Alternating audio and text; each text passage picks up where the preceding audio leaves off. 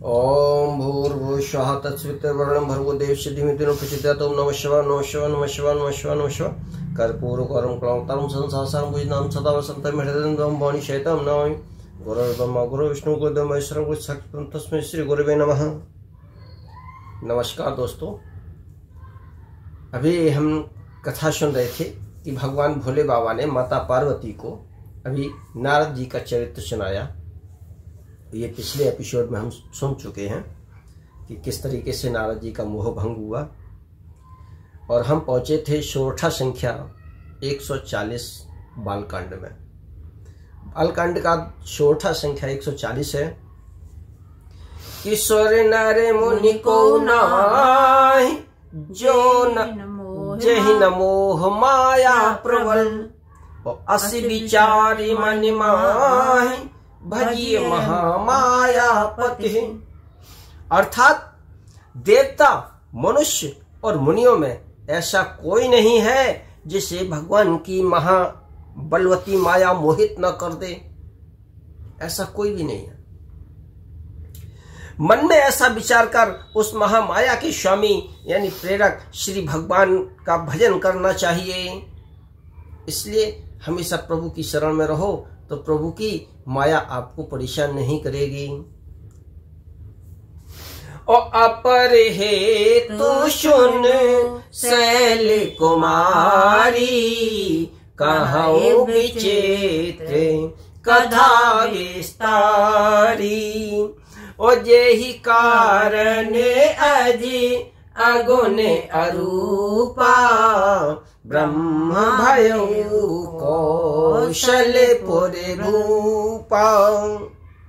कि हे गिरिराज कुमारी, अब भगवान के अवतार का वह दूसरा कारण सुनो। मैं उसकी विचित्र कथा विस्तार करके कहता हूं, जिस कारण से जन्म रहित, निर्गुण और रूप रहित यानी अव्यक्त सच्चिदानंद घन ब्रह्म अयोध्यापुरी के राजा हुए। अब भोले बाबा ने कहा कि हे पार्वती, अब तुम कथा सुनो, मैं सुनाता हूं कि किस तरीके से भगवान श्री हरि अयोध्यापुरी के राजा हुए। और जो प्रभु विपिन फिरत तुम देखा, बंधु समेत धरे मुनि बेखा।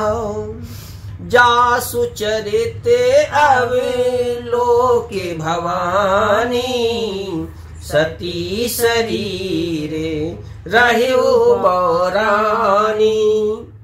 और जिन प्रभु श्री रामचंद्र जी को तुमने भाई लक्ष्मण जी के साथ मुनियों का सा वेश धारण किए वन में फिरते देखा था, और हे भवानी, जिनके चरित्र देखकर सती के शरीर में तुम ऐसी बावली हो गई।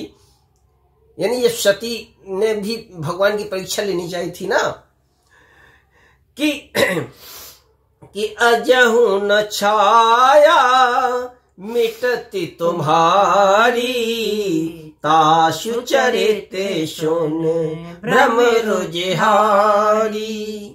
और लीला कीन है जो तेहि अवतारा, सो सब कहियो मति अनुसारा। अब भी तुम्हारे उस बावलेपन की छाया नहीं जाती। उन्हीं के भ्रम रूपी रोग के हरण करने वाले चरित्र सुनो। उस अवतार में भगवान ने जो जो लीला की वह सब मैं अपनी बुद्धि के अनुसार तुम्हें कहूंगा। अब भोले बाबा माता पार्वती को अपने स्वामी श्री राम की उस कथा का वर्णन करने जा रहे हैं जो उन्होंने अयोध्या में जन्म लेके की। कि भरद्वाज सुन शंकर बानी, सकुच सप्रेम उमा मुस्कानी। और लगे बहोरी बरने ब्रश के तू, सो अवतारे भयउ जेहि हेतु। याज्ञवल्क्य जी ने कहा कि हे भरद्वाज, शंकर जी के वचन सुनकर माता पार्वती सक्षाकर प्रेम सहित मुस्कुराई। फिर वृषकेतु शिव जी ने जिस कारण से भगवान का वह अवतार हुआ था उसका वर्णन करने लगे कि सो मैं तुम शन कहूं सब और सुन मुनीष मन लाय, राम कथा कलिमल हरण मंगल करण सुहाय। कि हे मुनीश्वर भरद्वाज, मैं वह सब तुमसे कहता हूं, मन लगाकर सुनो। श्री रामचंद्र जी की कथा कलयुग के पापों को हरने वाली, कल्याण करने वाली और बड़ी सुंदर है। स्वयं भौ मनो अरुषत रूपा, जिनते भय नर श्रेष्ठ अनुपा, और दंपति धर्म आचरण नीका, अजहु गावो श्रुत जिन कैली का। प्रभु ने कहा कि स्वयंभू मनु और उनकी पत्नी शत्रुपा, जिनसे मनुष्यों की अनुपम सृष्टि उत्पन्न हुई है, इन दोनों पति पत्नी के धर्म और आचरण बहुत अच्छे थे। आज भी वेद जिनकी मर्यादा का गान करते हैं। नृप उत्तान पाद सुतताशु, ध्रुव हरि भगते भयउ सुतताशु, और लघु सुत नाम प्रिय व्रत ताही, वेद पुराण प्रशंसय जाही। और कहा कि राजा उत्तानपाद उनके पुत्र थे। किसके? स्वयंभू और मनु शत्रुपा के। मनु और शत्रुपा के पुत्र हुए उत्तानपाद, जिनके पुत्र प्रसिद्ध हरिभक्त ध्रुव हुए हैं। उन मनु जी के छोटे लड़के का नाम प्रियव्रत था, जिसकी प्रशंसा वेद और पुराण करते हैं कि देवहूति पुण्य ताशु कुमारी, जो मुन कर दम कै प्रिय नारी, आदि देवी प्रभु दीन दयाला, जठर धरे जेहि कपिल कृपाला। और पुनः देवहूति उनकी कन्या थी,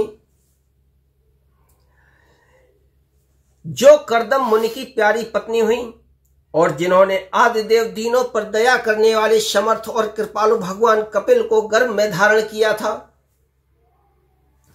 और सांख्य शास्त्र जी ने प्रगट बखाना, तत्व विचार निपुण भगवाना, ओते मनुराज कीने बहुकाला, प्रभु आयशु सबु विधि प्रतिपाला। तत्वों का विचार करने में अत्यंत निपुण जिन कपिल भगवान ने सांख्य शास्त्र का प्रकट रूप में वर्णन किया, उन स्वयंभू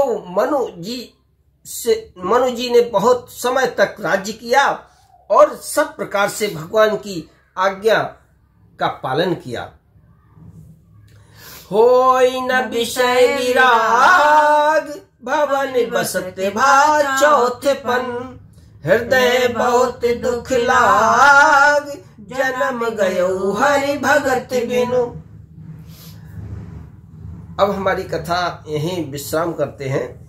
ये दो दोहे का जो चल रहा है, तो अभी हम दूसरे पे पहुंच चुके हैं, और हम आपसे भी विनम्र आग्रह करेंगे कि देखिए किस तरीके से भगवान भोले बाबा माता पार्वती को कथा सुना रहे हैं।